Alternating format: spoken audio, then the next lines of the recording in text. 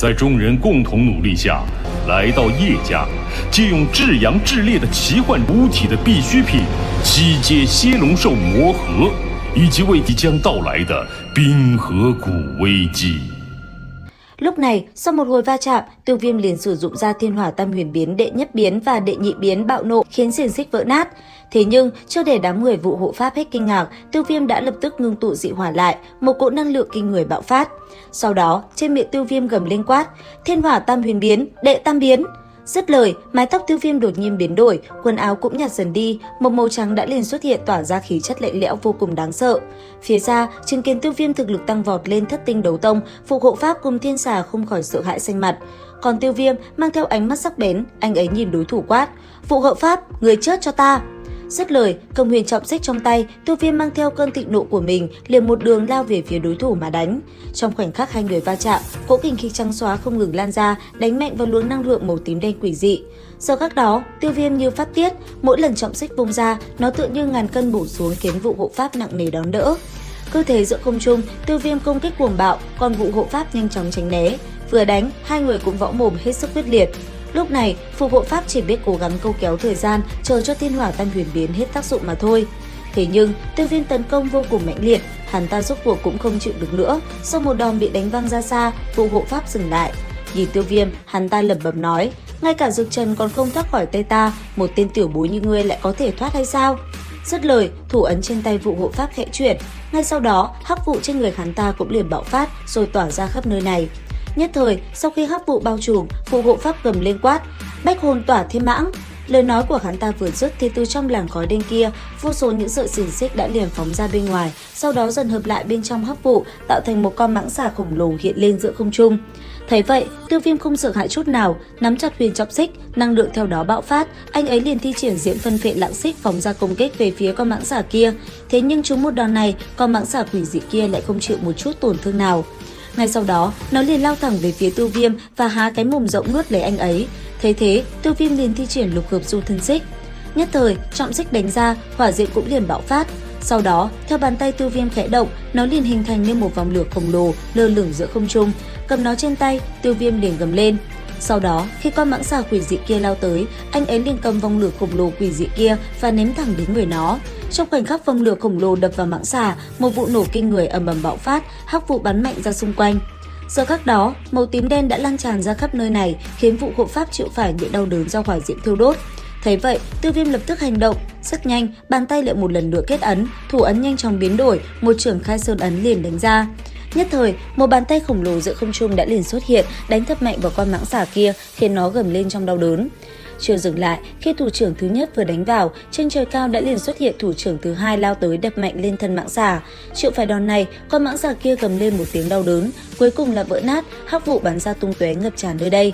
Tới đây, thân ảnh vụ hộ pháp chợt vật hiện ra. Tuy nhiên ngay tức khắc, Tiêu Viêm đã thuấn di tới, chỉ tích tắc ngắn ngủi đã ở trước mặt vụ hộ pháp quát: Trưởng thứ nhất, ta vì lão sư đòi lại. Dứt lời, thủ trưởng nhanh như chớp phóng ra, dưới ánh mắt kinh hãi của vụ hộ pháp, một quyền liền đập mạnh lên người hắn, khiến một vụ nổ ầm ầm bạo phát.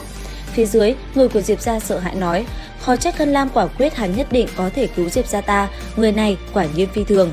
Dứt lời, theo ánh mắt bọn họ nhìn lên, vụ hộ pháp lúc này đã trở nên yếu ớt, để lộ ra một linh hồn thể, rất nhanh chạy trốn. Vừa chạy, hắn vừa lẩm bẩm nói: tiểu tử này có thể 2 lần xông vào hồn điện, quả nhiên có chút bản lĩnh, xem ra phải nhanh chóng truyền tin tức về hồn điện. Suy nghĩ vừa dứt thì phía sau, Tiêu Viêm đã lao tới, một chưởng đánh hồi suýt đã lấy mạng hắn. Bởi vậy, vụ hộ pháp cũng phải bỏ chạy thục mạng. Vừa chạy, thanh âm vừa vang lên nói: Thiên Xà trưởng lão, giúp ta một tay. Nghe vậy, đám người Thiên Xà lập tức phóng người về phía Tiêu Viêm. Còn Tiêu Viêm vừa đuổi, anh ấy thanh âm vừa vang lên quát: mất đi hắc vụ, ta xem cường giả hồn điện các ngươi liệu có thể làm gì.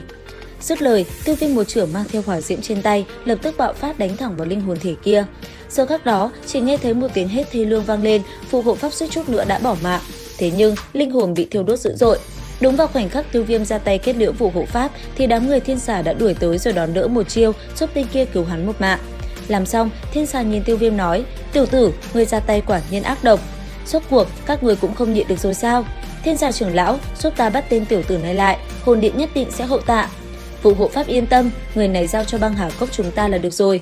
Băng Huyền, Băng Hoa, tiểu tử này rất cổ quái, hai người các ngươi bằng tốc độ nhanh nhất đem tiểu tử này bắt lại cho ta. Nghe vậy, hai tên kia còn lưỡng lự thì ngay lập tức Thiên Xà trưởng lão đã liền lao về phía Tiêu Viêm. Thế nhưng Tiêu Viêm rất nhanh đã hành động. Chỉ trong tích tắc, anh ấy bàn tay khẽ động, trên miệng đồng thời quát Ngũ Luân Ly Hỏa Pháp. Dứt lời, theo thủ ấn biến đổi, giữa không trung đột nhiên xuất hiện những vòng ánh sáng màu cam nóng cháy, rồi hợp lại làm một. Từ bên trong đó, một thân ảnh mãnh hổ xuất hiện cất lên tiếng gầm chói tai. Ở phía xa, cảm nhận được năng lượng do Tiêu Viêm thi triển Ngũ Luân Ly Hỏa Pháp tản ra, ngay cả Thiên Hỏa Tôn giả cũng phải âm thầm tán dương. Sau đó quay lại, ông nhìn Tiên Sương Tử quát: Băng Hà Cốc đúng là ti tiện, lừa gạt lão phu không nói, hiện giờ lại muốn lấy nhiều khi ít. Thắng làm vua, thua làm giặc, Băng Hà Cốc ta hành sự chỉ cầu kết quả, không cầu quá trình. Dứt lời, hai lão lại tiếp tục va chạm hết sức quyết liệt. Còn phía xa, sau khi thấy Tiêu Viêm thi triển ra mãnh hổ với sức mạnh ghê người, ba lão gia hỏa kia thân hình cũng dừng lại. Ngay sau đó, Thiên Xà quát lớn nói: hai vị trưởng lão, phép băng hà trận cho ta. Nghe vậy, bàn tay cùng một lúc vung lên, hàn khí lạnh như băng nhanh chóng tuôn ra hóa thành băng kính. Ba người mau chóng thi triển lá chắn phòng ngự đón đỡ. Trong khoảnh khắc mãnh hổ đánh vào, băng kính chịu phải lực công kích quá khủng bố, dẫn đến dần xuất hiện những vết nứt. Thế, Thiên Xà gấp gáp nói: khi băng kính tan vỡ, hai người hãy đem băng tuôn lực trong cơ thể truyền cho ta. Nghe vậy, hai tên kia gật đầu, theo ánh mắt họ nhìn lên, không lâu sau, băng kính cũng dần xuất hiện những vết nứt. Cuối cùng ầm một tiếng, mãnh hổ cùng băng kính vỡ nát, sóng lửa màu cam nóng cháy lập tức bao trùm nơi này. Thế vậy, hai tên trưởng lão kia ngay lập tức đặt tay vào sau lưng Thiên Xà, băng tôn lập tức truyền vào cơ thể lão ta.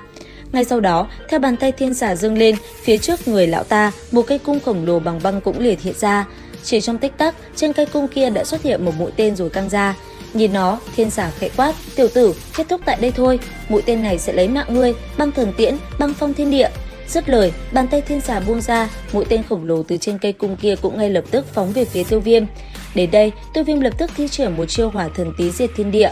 Nhất thời, giữa không trung liền xuất hiện cuồng lửa khổng lồ, có hình dáng như cánh tay hỏa thần phẫn nộ mà giáng xuống.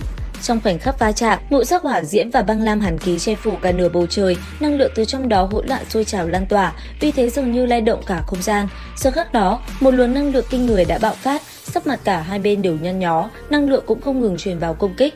Cuối cùng, sau một hồi giằng co, hai đòn công kích rốt cuộc cũng nổ tung rồi tiêu tan không còn sót lại chút nào, thay vào đó cả bầu trời bất chợt tràn ngập hoa tuyết tung bay. Tới đây, Thiên Xà chợt nở một nụ cười gian xảo, thế nhưng đột nhiên ở đằng sau hắn, thân hình Tiêu Viêm đã xuất hiện.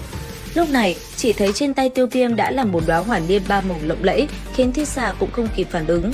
Nháy mắt sau, gầm lên một tiếng, Tiêu Viêm cầm hỏa liên, oanh kích thật mạnh lên người Thiên Xà, khiến nơi đây như nổ tung, sóng lửa như muốn chấn nát mọi thứ. Hai tên phía sau Thiên Xà thân thể cũng bị đập thẳng vào diệt thành. Ở trên cao nhìn Tiêu Viêm, phụ hộ pháp cũng phải sợ hãi. Trước mắt hắn ta, Thiên Xà đã nát bét, tuy vậy vẫn còn chút hơi thở thoi thóp. Thế nhưng, chưa kịp lo cho Thiên Xà, phía sau vụ hộ pháp, Tiêu Viêm như quỷ thần xuất hiện từ bao giờ, thanh âm vang lên quát: thử cử động đi, xem ngươi có biến thành tro bụi hay không. Nếu ngươi lấy mạng lão phu, hồn điện sẽ khiến ngươi chết không toàn thây. Nghe vậy, Tiêu Viêm chỉ cười nhạt, bàn tay khẽ động, hỏa diệm cũng liền bao trùm lấy vụ hộ pháp ở bên trong, mặc cho hắn ta dãy giụa. Giờ khắc đó, Tiêu Viêm nhìn tên kia lạnh lùng quát: so với nỗi khổ mà sư phụ ta phải chịu đựng ở hồn điện, chút đau đớn này có là gì? Khi lời Tiêu Viêm vừa dứt thì phía xa, Thiên Hỏa Tôn giả cùng Thiên Sương Tử cũng dừng lại. Nhìn cục diện vừa xảy ra, Thiên Sương Tử quát: không ngờ lão phu cũng có lúc nhìn lầm ngươi, có thể lấy lực lượng nhị tinh đấu tông đánh bại Thiên Xà, quả nhiên có bản lĩnh. Không cần hù dọa tiểu bối, ngươi hôm nay đừng mong có thể ra tay. Tiêu Viêm, ngươi nghỉ ngơi đi, lão giả kia cứ để cho ta. Nghỉ ngơi sao? Đúng là khinh thị hồn điện ta không có ngươi, thích bắt ai thì bắt nhỉ. Lời vừa dứt, từ trong khe hở hư không, bất chợt hàng loạt thân ảnh quỷ dị xuất hiện. Nhìn thấy hình ảnh này, Tiêu Viêm giật mình nói: hồn điện, đấu tôn cường giả sao? Đến đây thì hết tập 114 phần 5 đấu phá thương khung. Xin chào và hẹn gặp lại các bạn ở những video tiếp theo.